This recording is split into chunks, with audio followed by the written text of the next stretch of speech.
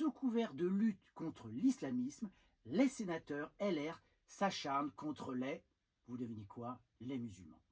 Les sénateurs LR préconisent 17 mesures pour lutter contre l'islamisme, dont une partie empêcherait la libre pratique de la foi. Ils veulent notamment interdire le voile aux mères accompagnatrices scolaires et aux mineurs. A-t-on parlé de justice fiscale dans le pays?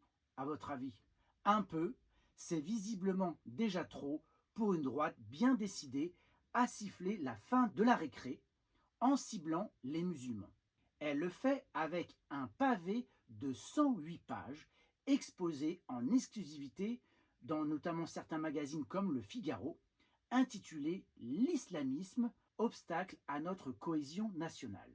Il s'appuie notamment sur les travaux de l'anthropologue Florence Bergeaud-Blacker, on a déjà beaucoup entendu parler de celle-ci, chercheuse extrêmement contestée dans les milieux universitaires, et sur le rapport non moins contesté Frères musulmans et islamisme politique en France, publié par le ministère de l'Intérieur en mai dernier.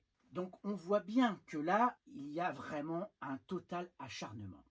Ce document sénatorial, sointant l'islamophobie, pas encore public mais que l'humanité a pu consulter, émet notamment 17 propositions pour un réarmement républicain global face à l'offensive islamiste. Ce rapport est un concentré des obsessions de l'extrême droite, reprises à son compte par la droite ex-républicaine, dénonce d'ailleurs un sénateur communiste, Yann Brossat. Il est marqué d'un bout à l'autre par l'équation islam égale islamisme égale terrorisme. Qui peut penser que l'émancipation passe par là? Parmi les propositions se trouvent des mesures plutôt consensuelles, comme celle visant à se prémunir des ingérences étrangères ou des idées cosmétiques telles une révision constitutionnelle visant à garantir la prééminence des lois de la République. Les républicains,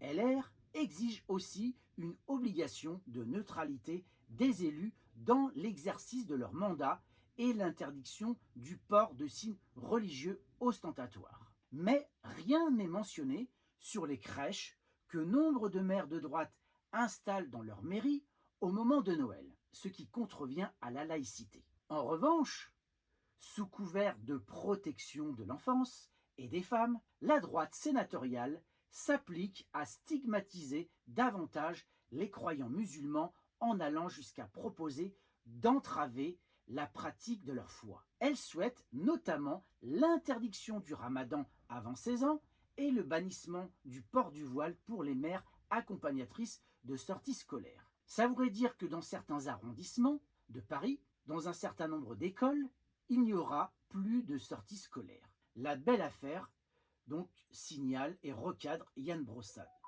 Cela revient à priver des gamins de sortie, de les empêcher de s'ouvrir à d'autres horizons. Qui peut penser que l'émancipation passe par là? LR veut aussi et surtout interdire aux jeunes femmes de moins de 16 ans de se voiler, y compris en dehors de l'école où c'est déjà interdit. Le président député de droite, Laurent Wauquiez, qui a démontré en fait son acharnement avec cette commission sur l'entrisme islamique, va même plus loin en déposant une proposition de loi, une PPL, pour l'interdire purement et simplement aux mineurs. C'est uniquement son islamophobie qui parle. Maintenant, ça suffit de s'en prendre sans cesse aux musulmans et notamment aux musulmanes de ce pays. La question de la constitutionnalité d'une telle mesure, d'ailleurs soutenue par la ministre chargée de l'égalité entre les femmes et les hommes, Aurore Bergé, se poserait alors. Elle n'a aucune chance d'être conforme, estime la constitutionnaliste Anne-Charlène Bézina, car la proposition de loi Wauquiez contreviendrait au principe de liberté de la religion. C'est assez terrible de voir à quel point la France a complètement perdu la tête. Alors, on comprend bien la manipulation derrière tout ça. Comme je l'ai dit, c'est l'arbre qui cache la forêt. On a remplacé dans les années 30 le problème des Juifs, qui était en fait un problème comme on a aujourd'hui un problème de société et surtout un problème économique, aujourd'hui, on a remplacé ce juif par les musulmans.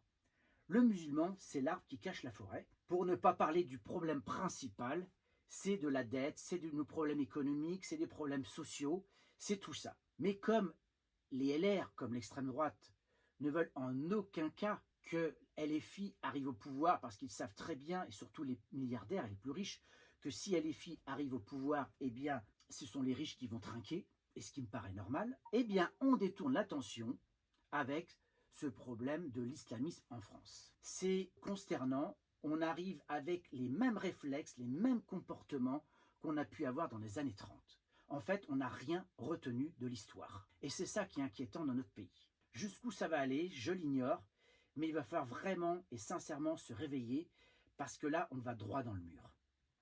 Dites-moi ce que vous en pensez.